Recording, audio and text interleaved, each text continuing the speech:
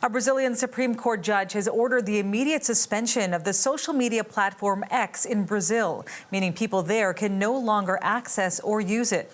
X owner Elon Musk failed to meet a deadline set by the court to name a new legal representative in the country. The Brazilian court and Musk have been at odds for months, fighting over free speech and for X allowing far-right accounts and misinformation on the platform. The Supreme Court says it won't bring back the platform until Musk complies with his orders and pays millions of dollars in fines. Musk was quick to react to this news, posting on the platform overnight, attacking the judge that issued the suspension. For a closer look on this, we're now joined by Luca Belli. He is a professor of digital governance and regulation at FGV Law School in Rio de Janeiro, and that's where he joins us from this morning. Thank you so much for taking the time to talk to us today. Thank you. Good morning to everyone. So this dispute has been going on for months. Let's go back in time for a bit. Bring us up to speed on how this all started.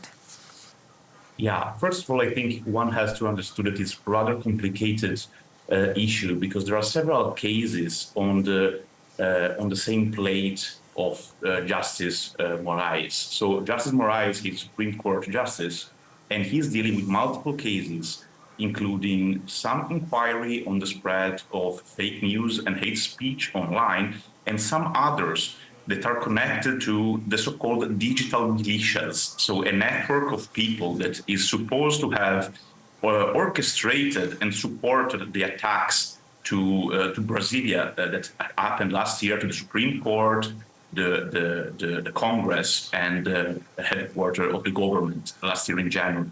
So he's dealing with multiple different inquiries, and he has requested through a legal order, a judicial order, the delivery of some information about the accounts involved into this, into these cases, and also to block some accounts that were proven to be part of this spreading of fake news and hate speech through X. Now, the reply of Twitter, X, has been to ignore the judicial orders. And so Brazilian law foresees several steps. First, you have to issue a notice, a legal notice, and this has been ignored, the first judicial order. And then you can define a sanction. And X, again, has been ignoring and has not paid the sanction. And that is the point where Justice Moraes has threatened to jail one of Twitter's executives here in Brazil. And as a reply, Twitter has decided to shut down its office in Brazil, which clearly means they don't want to comply with judicial orders. Now, I understand that they might have a free speech motivation, although I'm not sure this is really the case. But they still have to comply with judicial orders. And so the next step, if you fail to comply with these previous orders, is the possibility to suspend the application in the country, and which is exactly the situation we are in this moment. What is the impact of this now, though? How much do the people of Brazil rely on X or use the platform for information, despite the fact that there is a lot of misinformation on that platform? What kind of impact do you see here? Well, let's first agree on the fact that misinformation is not only on X, it's in pretty much all platforms. But the difference is that the other platforms have complied with the judicial orders issued by Moraes or other judges in the country.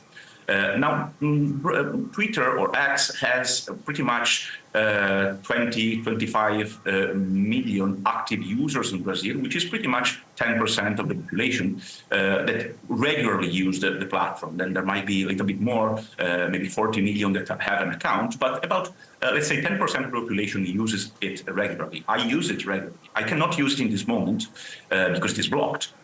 So it is of course, it is in this moment is limiting the possibility of individuals to communicate online.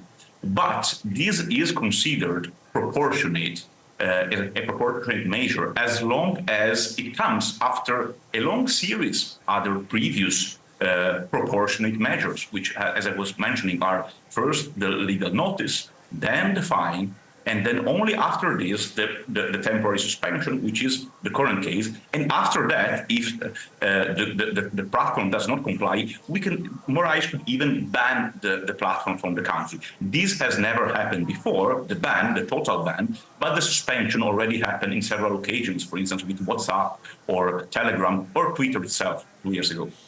Well, it'll be interesting to see how this plays out, because this really is a clash of personalities, Elon Musk and that Supreme Court judge. So we'll be following this. I want to thank you for your time and for your insight today. That's Luca Belli, Professor of Digital Governance and Regulation.